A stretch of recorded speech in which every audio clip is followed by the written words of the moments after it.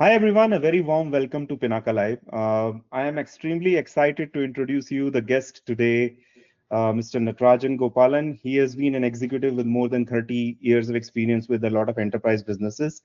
And today we would be talking about AI's impact across the business, across many segments. A very warm welcome, Natarajan sir. It has been an absolute privilege to have you here. Thank you. It's a pleasure to be here, and it was good to connect with you after a few years. I remember we It's had been like three and a half years, I guess. exactly. It's always nice to talk, and I'm really glad to be able to do this talk today. So looking forward to the next half an hour or so. Yeah, so we'll straight away get into it, Natarajan sir. So, lot of actions. 2025 has just started, and we had just 3 days ago we had the first shocker, which came from a different region and geography, and there are a lot of conversations happening. But before getting into that mode, I want to just start up by saying, okay, what impacts do you see across the business currently, and how do you see them shaping up from a future standpoint? Because these two questions are there in everybody's mind. What is possible right now, what is available, and what is possible? So over to you.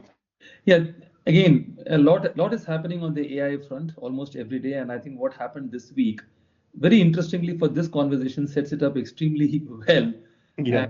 I think all over the world, people have been trying out DeepSeek, and I, for one, have been testing it with some of the interesting questions like on Taiwan and Tiananmen Square, and it is just fascinating to see how the approach to transparency is so stark and so Yeah. different between DeepSeek and OpenAI and ChatGPT and so on. So yeah, I mean, people are going to have fun, but we'll come back to that later in terms of what this means.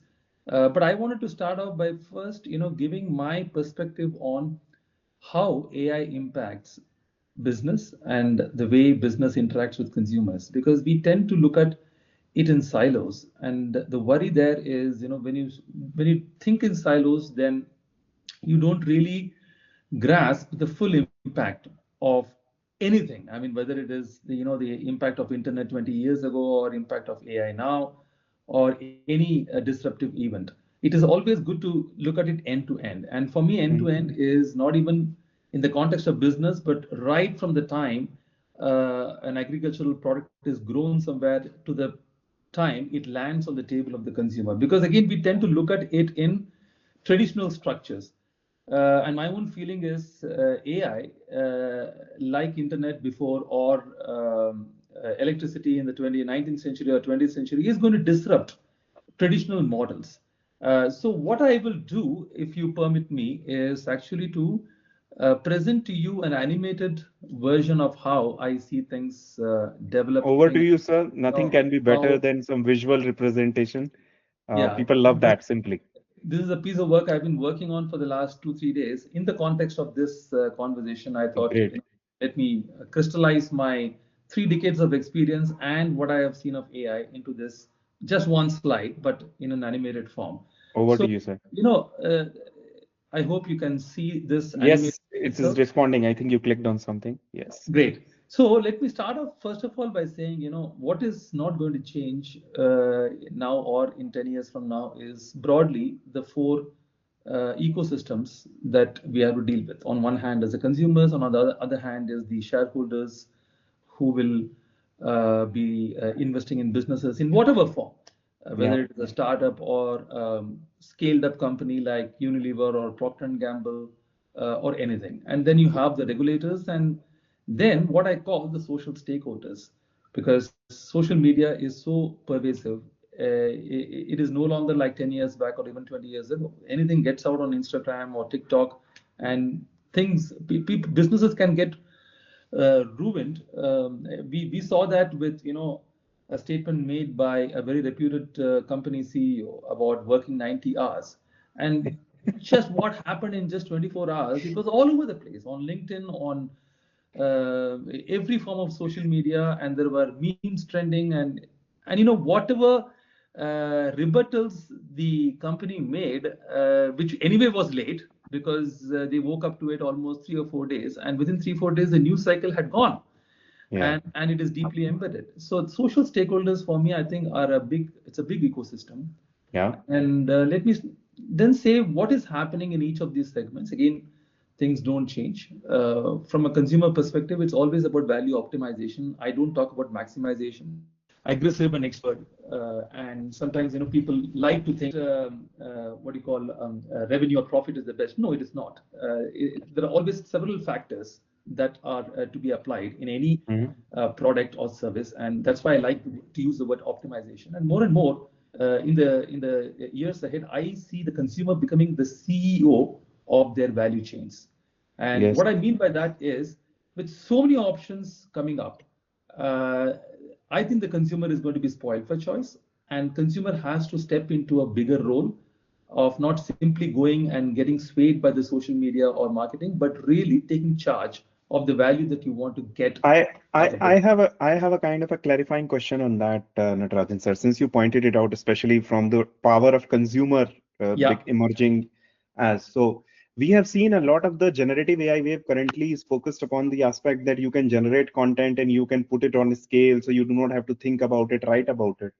What if like you have generative AI which is generating content, and I have a receptor AI which is receiving and reading that content and filtering out for me as a consumer? exactly. Exactly. That is why I'm saying the consumer is spoiled for choice in terms of the number of options out there, the transparency that AI and internet is creating, and hence an intelligent consumer can actually filter out the noise and really look at stuff that matters. I And mean, especially with agentic and the recent capabilities that have been introduced by agentic, I can correct. do that on my desktop. Please read all the emails and simply shun them or ignore them. I can give any command whatsoever. Absolutely, and that is where and I'm going to come back to this very important point on consumers and the greater role that consumers can play. Yeah, That's why I like to use the word consumer as a CEO of his value yeah, chain or her value chain, and great. he is or she is in a position in the future to really extract a lot of value. And I find that very productive. And because what has happened in the last 100 years is the balance of power was with the shareholders, with the regulators, and Mm. what that meant is wealth in the hands of few. And that is continuing. As you can see, a guy like Elon Musk with $450 billion of wealth and continuing to grow is now able to exert pressure on governments through his Yeah, speech on the UK, on Germany, on Canada. And I think at some stage in the future, with this development, I think it will do a lot of good for redistribution of wealth. But it's a long way away. But I see mm. that as a positive, impact of AI.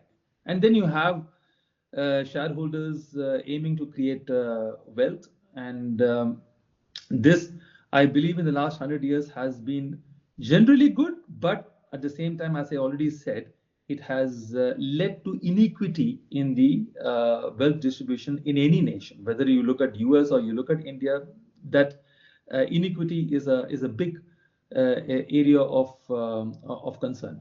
I Yeah. mean, I will take a couple of examples to prove this point. One of the companies that I've worked for is in the industry where new forms of products are replacing the traditional smoking products. And my question to all of them is, why are those products not still hitting the emerging markets? And my answer to that is very simple. It is still not creating value for the shareholders. So it is Yes. not always a noble cause that is driving a business. At the end of the day, it's about wealth creation. And if there is no wealth creation, you wouldn't get into products. And that is where the consumers will have to hold literally the businesses at gunpoint to extract more value from the value chains. And then you have regulators where companies will have to be proactively compliant, and that has not changed. That I don't think will change. But here is where I feel a lot of difference is going to be made in the future because of the way people are now very vigilant on social media. Yes. Citizen journalism, citizen representation, as Elon Musk puts it, Twitter is now replacing legacy media in many countries. So responsible citizenhood on the part of the corporate is no longer going to be thinking, in months and years. it is instant. I mean, what happened with Narayana Murthy's quote on 70 hours or Subramaniam's quote on 90 hours, 90 I hours, think yeah.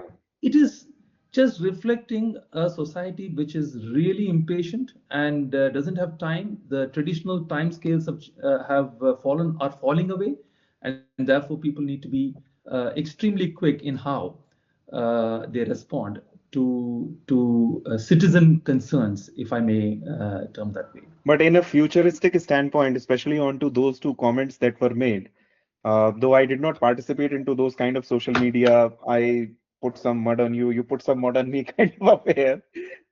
Even though there is a possibility, there are social sensing solutions which are AIs, which are basically capturing the emotion, the mood of the nation, and something of that sort.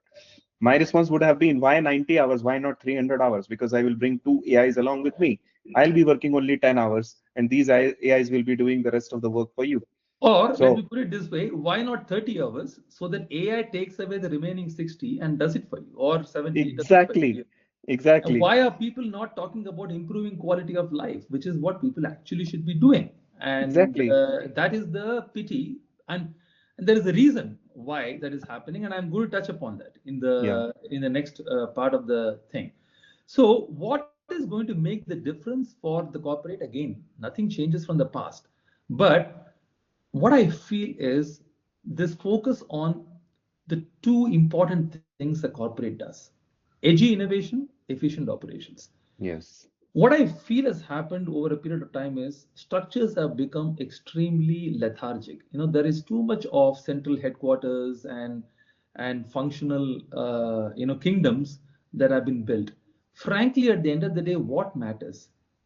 Do you have an innovative product or service? And do you have Yes. a operation that takes you from the source to the consumer in the best possible manner?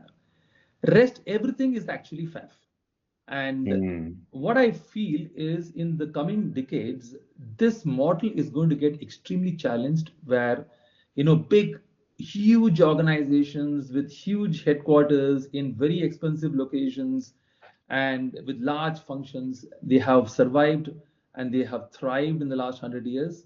I question whether they can thrive in the future because of AI and the way this FAF will be really called out, and there will be a premium on enterprises that are very nimble footed, very agile, very fast, and what they will have at their disposal is the power of AI and all other tools at their disposal. And that is where the developments like DeepSeek, and more of them will happen in the coming Yeah. months, is it is lowering the cost of entry for enterprises. The Hmm. what happened with telecom in 2015 or 16 when Geo entered, it shook up the whole telecom infrastructure, right? You would remember that Yeah. cost per GB of data then and now is a complete chasm, and that is what I believe is going to happen. And when these tools become more accessible, more cost effective, it affords smaller enterprises to actually be more agile and nimble footed and consumer conscious, and with consumers becoming more agile and clever, there will be a very nice pressure building up on the whole value chain to deliver equal value to all, and particularly towards reducing the inequity that exists in society today after almost 100 years of rampant capitalism, as I would call it. I have a point here, and this is one of the business basically that we are working with in terms of introducing this product to a certain segment of the world, certain region of the world.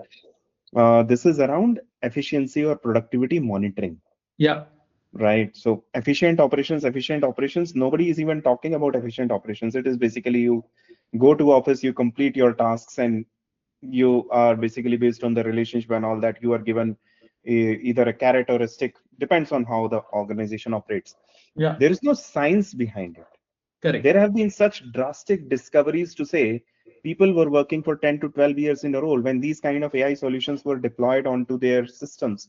It was noticed their average productivity for the entire week was 3 hours.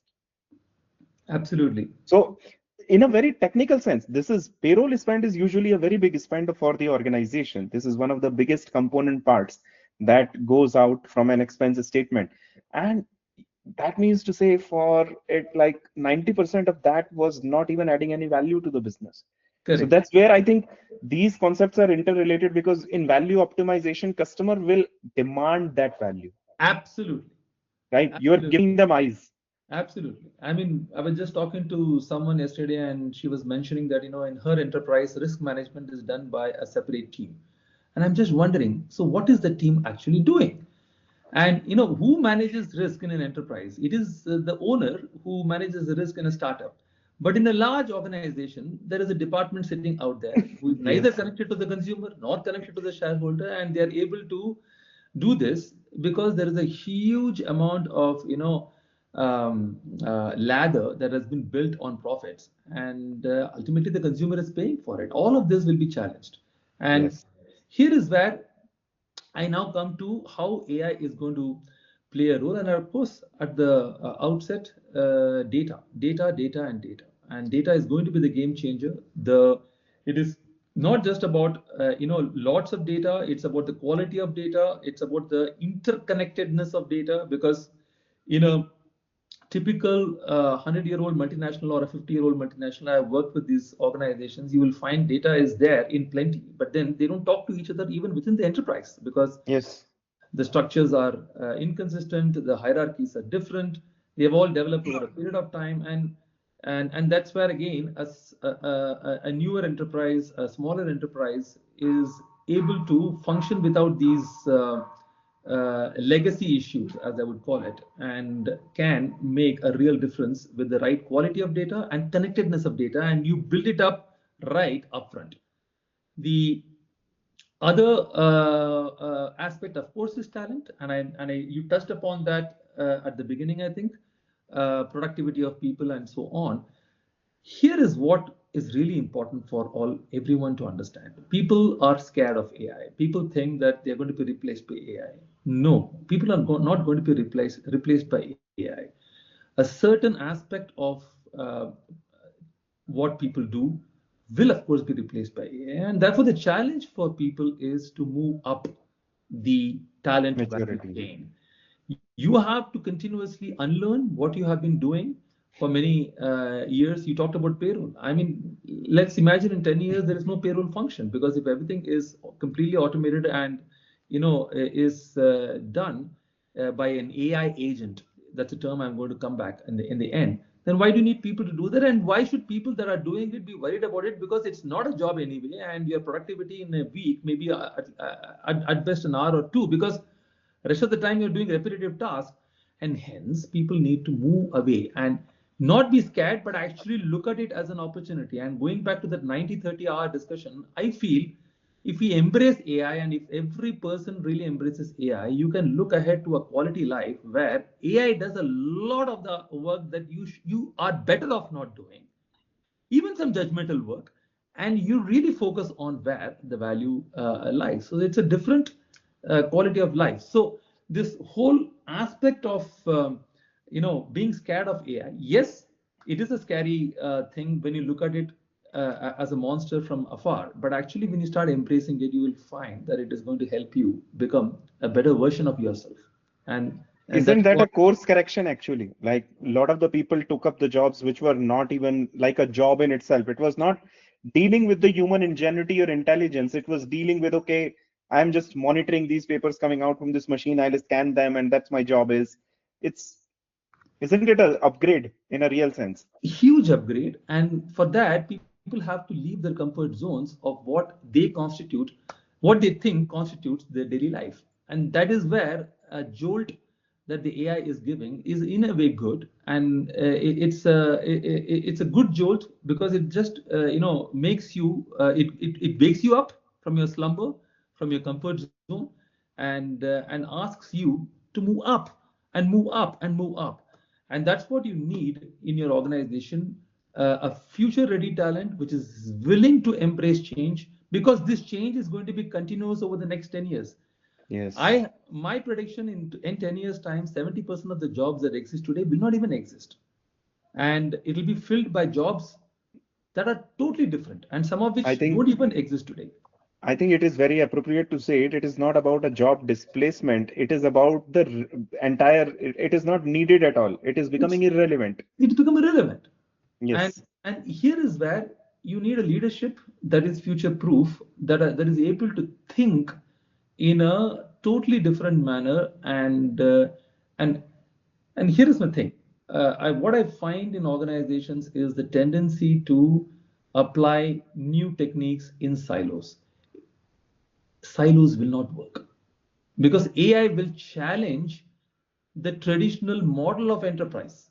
This whole Mm. model of enterprise where manufacturing, then it goes on to sales, and there is a marketing, there's a finance, there's a HR, and all that. That's the traditional structure. I will bet that in 10 years' time, a lot of these structures will get dismantled because there's Mm. a totally different way of doing it. This is about redrawing. It is not about, repairing a house. This is about building a new house elsewhere, which is going to completely look different. Your old house is junk, gone. And that is the kind of leadership that you need at the helm of an enterprise, which can think differently, which can think so far here ahead, that when you draw up the business strategy, it is based on future is here kind of a strategy, not future is there kind of a strategy. Because when you draw up a strategy, leadership, some leadership tends to say that, today we are going to function this way, but in 5 years' time, AI is going to change things. No, I'm sorry. Let's behave. Let's change our It's here. behaviors as though 2030 is already here. Yeah. That is the kind of thinking that is needed. Okay. It is the future is here kind of thinking that needs to come into the strategic thinking. And yes, of course, in terms of execution, you will execute it in a phased manner so that it is in line with the realities of today. But the strategy should be here now. And Yeah. the mindsets, the culture that you promote in the organization, all of that must reflect what is I going to think be this happening this 5 years. makes the strategy less of a future tense kind of an imperative, but it brings it into the present moment. It brings it to the present. And in an organization, uh, seeing is believing. So Yeah. when I am the leader in the organization, the way I talk, the way I represent things, if I represent it as, yeah, in 5 years time it's going to come, then people below me will say, okay, it's going to come in 5 years time, let us not worry We about have it. 5 years. But if I say, guys, we have to change now, and Yes. these are the behaviors I need now, and that is a totally different ball game. And it is not just about talking those behaviors, it's about walking those behaviors. Walking, you have to walk the talk the talk, and then people right to the organization get what you're saying, and it is embodied in your behaviors and the mindset that you are displaying. That's why leadership, how they behave on camera as well as off camera, is important. So On camera, one challenge to that, this is my experience. I have, of course, limited experience compared to you. It's very restricted. But what challenge I see, and I speak to a lot of leaders, I have spoken to a lot of senior executives across different functions, different places. One challenge that I see is they are trying to put up a, let's say, a 22nd century technology in a 1980s method. yeah, And the mindset is still stuck into, okay, there used to be a silo monolithic ERP. So the mental construct, it has not moved beyond 1980s. correct. And this is a completely different environment which reflects into the way you manage your talent. Because Yeah, your talent can include, earlier it was like, okay, we have 70% permanent staff, 30% subcontractors. Now you're talking about we have 30% permanent staff, 20% subcontractors, 50% agents of yeah, AI. yeah. So it needs a kind of a different mental model. How do we build up that mental model across the people who are sitting at the helms? You have hit upon an important point, an absolutely important point. And this is what is going to ail some of the bigger organizations because they find it difficult to try out anything completely radically different because they're afraid of upsetting the apple cart, the huge machine that they have put up over 100 years. Whereas a startup has no such baggage, they just start the way it should be started. But then even for the larger organizations, there is a way forward. The way forward is you have to be prepared to do two or three different things. One, incubate a different business model even within your organization and completely ring fence it from the traditional organization Mm. and make sure that it is able to function the way you want your whole business to function in 5 years from now. And that's what I would call the incubation method. And this has been done in the past when people have had, I'll give two examples. One is, a school in Bangalore which has successfully modeled a very different curriculum and a different way of teaching by incubating a different school within its own campus. And this is the 10x International School, which is a offshoot of Indus. It's a very different industry, but what I see there is a leadership that is willing to be radically different and be ready to incubate.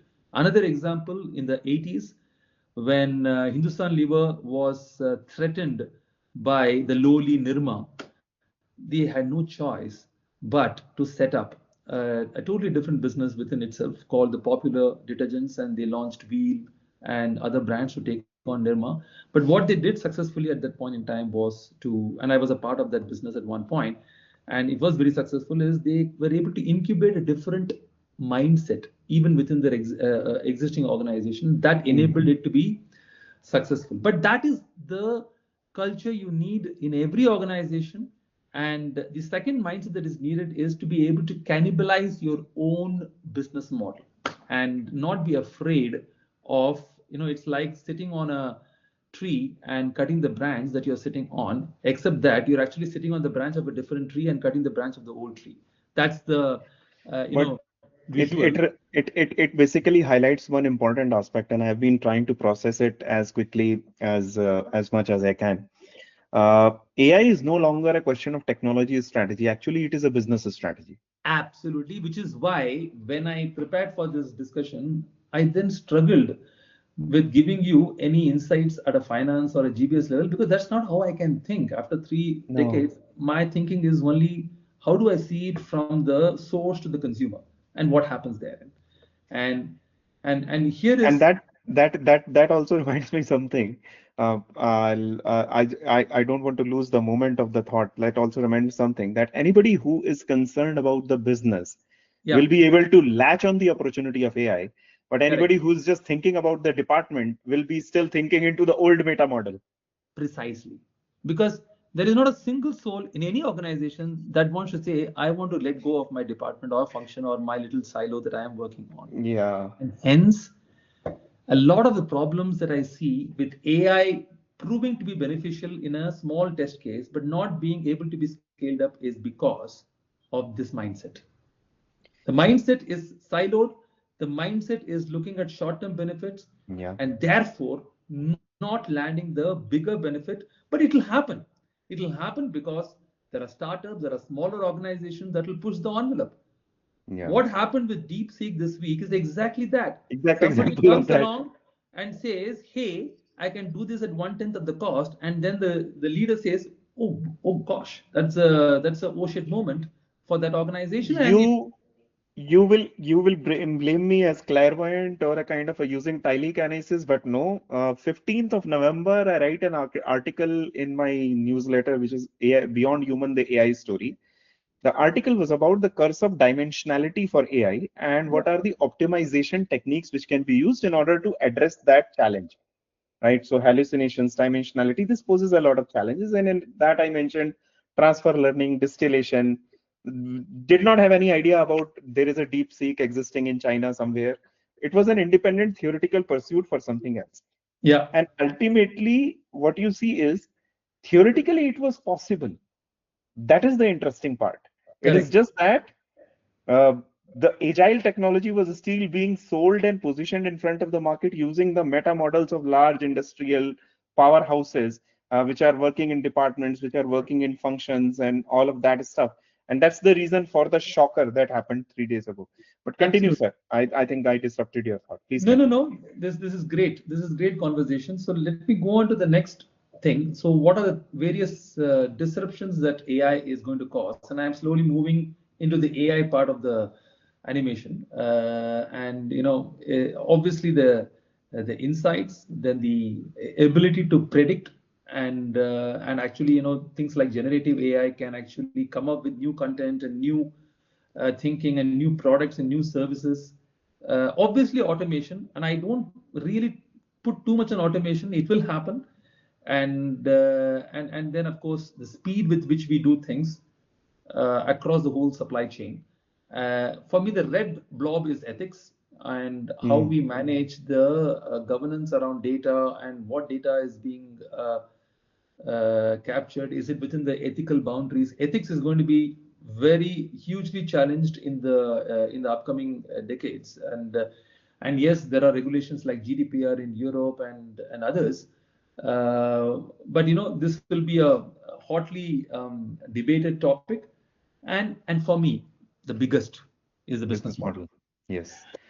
Which is why I do not want to talk about functional siloed approach to AI.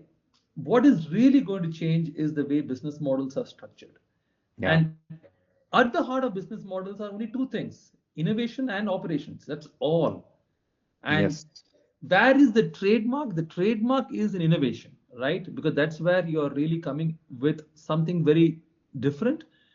And also in execution, there are certain things that can make you really a class apart. I mean, things like Blinkit and Zepto have shown that operations, great operations, can be a differentiator. So Indeed. in certain cases, that can also be a differentiator. Yeah. Automation usually was, I still believe you need automation because you do not have visibility and you are not able to predict. Correct. So the second best that you can do is automate. Like Correct. something happened and I need to resolve it. Now I'm already under time pressure. If in order to resolve something, Yeah. I will use automation route. Like take an example of order to cash traditional automation solutions. What they do is customer refuses payment for some reason whatsoever. They give you workflows, business rules in order to move that journey faster. Yeah. What we have seen with some of the very big organizations which have invested heavily into these tools, even using the tools after customer refusing payment, it takes them 175 days. Interestingly, now the question is, now that asks for a different operating model. So my operations is not working the way I want. I need to rely Yeah. on innovation. So if I'm able to predict at the order entry stage, what is going to be the dispute that I will come forth with, and I can predict it with accuracy. I don't Brilliant. need automation actually. Exactly. And here is my point. If you think, oh, AI, I must automate, it is very siloed. It gives Yeah. you some benefit, it won't scale up. You have to think business model. You have to think prediction, what is going to happen in the future, and Yes. think of a totally different way of, I would look at under business models the way decisions are made in an enterprise on the continuum of operations, on the continuum of innovation, and optimizing that process or completely ground up coming up with a different way of actually addressing the consumer needs is what AI is going to provoke. That's where AI is going to scale up a different business model, which will mean that you have to let go of a lot of things that you have been very comfortable with in a traditional organization, but you have to let go of that to create the new. And that's The why business previous, model. yeah, carry on, sir. No. Therefore, the business model for me is the biggest blob within this, and I'm not showing that in a different way, but that's where a lot of the discussion has to happen when it comes I to AI. completely agree with you. And anybody who has run operations for a decent amount of time will be able to connect with this conversation very strongly, who is watching it right now. I have just one thing to ask on here. Speed usually has come at the cost of accuracy, Yeah, but both are important, both are right? important. Both Both are are important. important. Both are important. The previous generation operating models have emphasized automate 80%, 20% manually. But I think we Yeah, are entering an era, especially with the industrialized and easy access to artificial intelligence technologies and democratized access to AI technologies, in an era where we will be having 80% prediction, 20% you can still automate. That is your backup plan. yeah, yeah. So in the entire continuum of things, automation is not the primary priority, it is becoming a kind of a secondary priority. Absolutely. And hence, let me go on to the next few points. Sure. More and more business will be forced to think in terms of outcome based models. What does the Exactly. consumer want as an outcome? That's where Yes. you have to build the business model from there. Yes. And at the heart of it, it's about hyper personalizing, because and that's where I'm going to increasingly talk about the power of consumer. The consumer can demand and get things that they want. It is just that the consumer has to become more clever, intelligent, and aware of his or her power in the new structure that is emerging. And small can be beautiful. Small Yes. can be beautiful in the new era. You don't need to be afraid of the, it's no longer weighed in one person's favor in the David versus Goliath battle. Small can not just survive, but actually Thrive. win Thrive and as and thrive. Absolutely. yes. And finally, I feel a lot of the corporate functions are going to get disaggregated. I just don't Yes. see the traditional structures surviving. Why do you need? I'm going to ask you a few questions. Why do I need a finance function, or why do I need a full-fledged HR function? I'm going to question a lot of these in the coming days, because you could outsource it, a lot of these functions, to different people. Yes, you need a CFO, but a lot of this can be housed under a so-called outsourced GBS function that takes on bulk of the operations. And what you retain is the trademark part of the operations, where you can make a real difference when it comes to the delivery to the consumer. So that is a thinking, and that one needs to think of, disaggregation of the supply chain, and getting it where it is best done, rather than trying to say, oh, I'm going to do everything myself. That the whole mentality is going to break down, in my view, in the coming True. True. years. And as you said, remarked a few minutes ago, it's about end-to-end AI agency. How do I build an AI, infrastructure end to end to power decisions which Hmm. run enterprise within the enterprise end to end? That's how you need to think. Hmm. And when you think that way, you will dismantle existing structures, build new ways of doing business, and that is where AI will then function. Rather than saying, I will do AI in HR, I will do AI in finance. No, that structure itself is going to disappear. I want to have end-to-end AI agency on decisions that are delivering outcomes, and therefore engineering all the processes within the enterprise to meet that decision, that outcome that you are talking about. And I envisage a future where you can have a zero touch operation. you know Yes. it it might look crazy right now, but yes, it is possible. A zero touch operation is possible in the future. So that, for me, is where AI is going to completely change the way, and it'll be driven by new enterprises that don't have the legacy of the past, and they can sort of drive this thinking, like DeepSeek has done right now, and a lot of startups are doing in their own field. I mean, just look at what Zepto and Blinkit have done in India. I mean, the whole concept of giving it in 10 Oh, minutes, and suddenly you have Big Basket now, they and are delivering appliances in 10 minutes. I mean, they it's are not just delivering about the appliances in 10 daily minutes. essentials. You get iPhones in 10 minutes. It's a completely different ball game. And sometimes I laugh when people say quality of living in the West is higher than in India. I'm sorry. Right now, what I experience in India, in many parts of India, is far higher than what I've got. I lived 20 True. years abroad. My daughter says, I get jealous of you guys. You have Blinkit, I can get anything We are in spoiled actually. at this point. We are So these are totally disruptive models, and with AI, that disruption is going to gather speed in the next 5 to 10 years. And I unless, was I was always very curious with the idea that in an enterprise tech stack, we have multiple layers. You have a system of record, you have a system of automation, you have yeah, some analytics. There is no system of prediction because as there is a kind of a thinking that the core job of AI is prediction. correct, Okay, many years ago, I wrote a piece where I compared what you see in the movie Iron Man.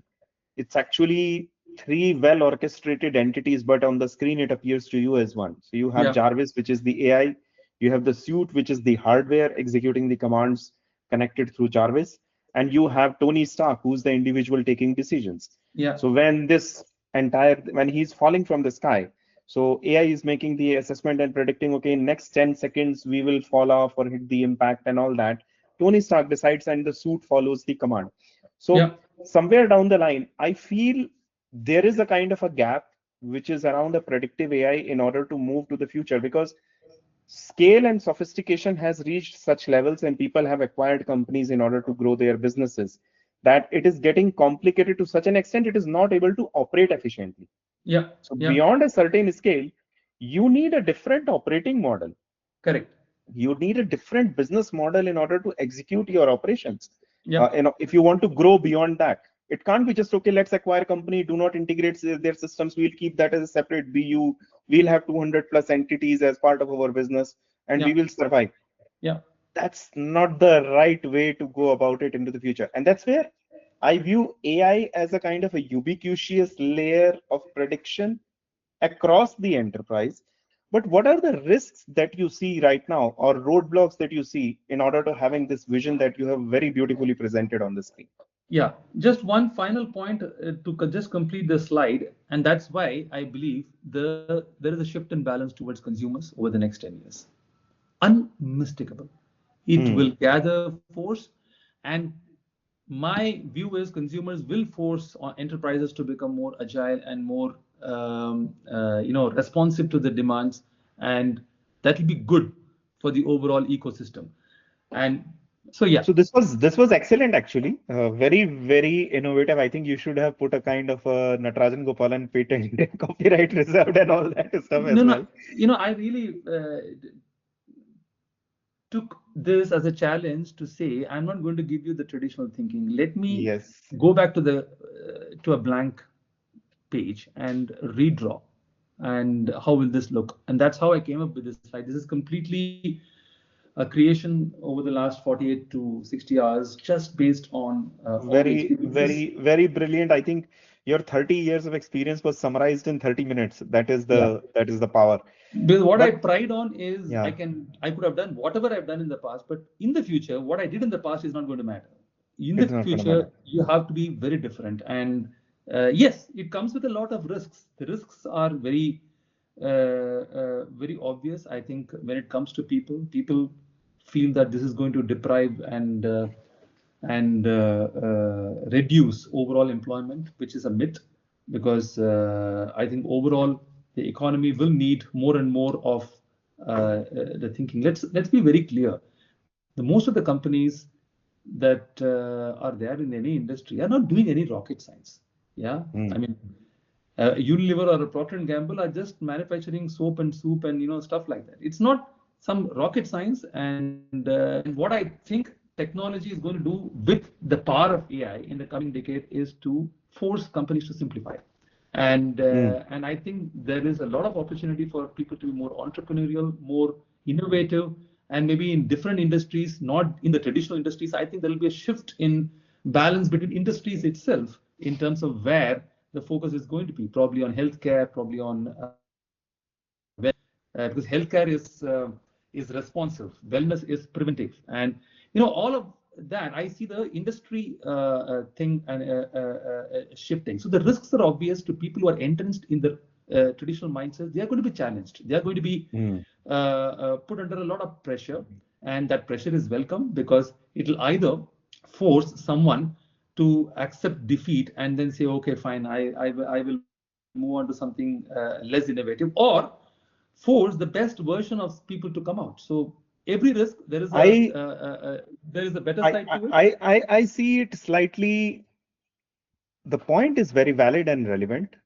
100% agree with that, but I see a different dimension of the point because my lens has been more like an enterprise Yeah, architect. And I see in blocks and circles and different component parts, and I'm able to put them together, break them off. I see the domain skills that we carry. yeah, Next 20 years, those are the most important skills. correct. Because if this scale of automation and AI adoption has to happen, those AIs will need, those AI agents will need the training or the necessary context. Yeah. And those who are able, who have the experience in and they are able to articulate the context, they will be at a premium. They are creating the future literally. And this is a So long haul journey. It's not like it can happen next 2 years. You can't do that. correct. So, I believe in anyone's 40-hour week, I'm still sticking to the 40-hour week and not moving to Yeah. the 70 or 90 90 or hours. 100. In a 40-hour week, if you do a complete jotting of what you do every hour, I have a feeling 30 out of the 40 hours or even 35 out of the 40 hours, I bet you're doing repetitive work and you are in a kind of a auto mode. Yeah. Yeah, whether it is writing emails or putting some minutes or taking some decisions that you think you're taking, but actually they are given decisions, but you're just exercising your power. I feel a lot of senior management they think they're making powerful decisions, but I always joke that when they're not there for a week, actually the business thrives, Nothing gets stopped. nothing gets stopped, and actually things are better. So, I challenge how much of those 40 hours is actually being spent on real innovative work. And hence, Hmm. the challenge for every person is to identify, as you said, what is the domain that they have an expertise in, where they have wisdom. Because if they pride on the 30 out of the 40, I'm being very generous here. I think it is more than that. 75%, that is what I would call FAF. If you hold on to that, you will lose. But if you hold on to the 25% where you really add value, where you bring in a certain domain expertise and wisdom, you are going to be thriving. You are going to be not just thriving, you are going to be actually flying. Yes. That is the shift in mindset that you need to bring about. I guess you understand. And this my challenge in this is not just for the people at the operating level, but also at the senior management level, because the percentages are not different. Yes. All that is different is at a more senior management level, you have this notion of power. That's it. What is it that you're doing differently? What is the innovative stuff that you're bringing out in the daily path? That is what you need to work on. What is that? And that is what you need to work on. That will make you stand out. This has been an absolutely brilliant conversation, Natarajan sir. I mean, I entered with a very open mind, but this has blown me away from the profoundness and the wisdom that came out to light. Cannot thank you enough for this. It has been an absolute privilege to host you on Pinaka Live. Pleasure is completely mine, and all the best. Looking forward to this. Thank you. Sure. Thank you so much. And for those who are watching, please stay connected to this channel. You'll have a lot of exciting stuff coming forth like this. And we'll be continuing the engagement with Natarajan Gopalan sir as well. But thank you so much. Signing off for this episode of Pinaka Live. Thank you. See you. Bye.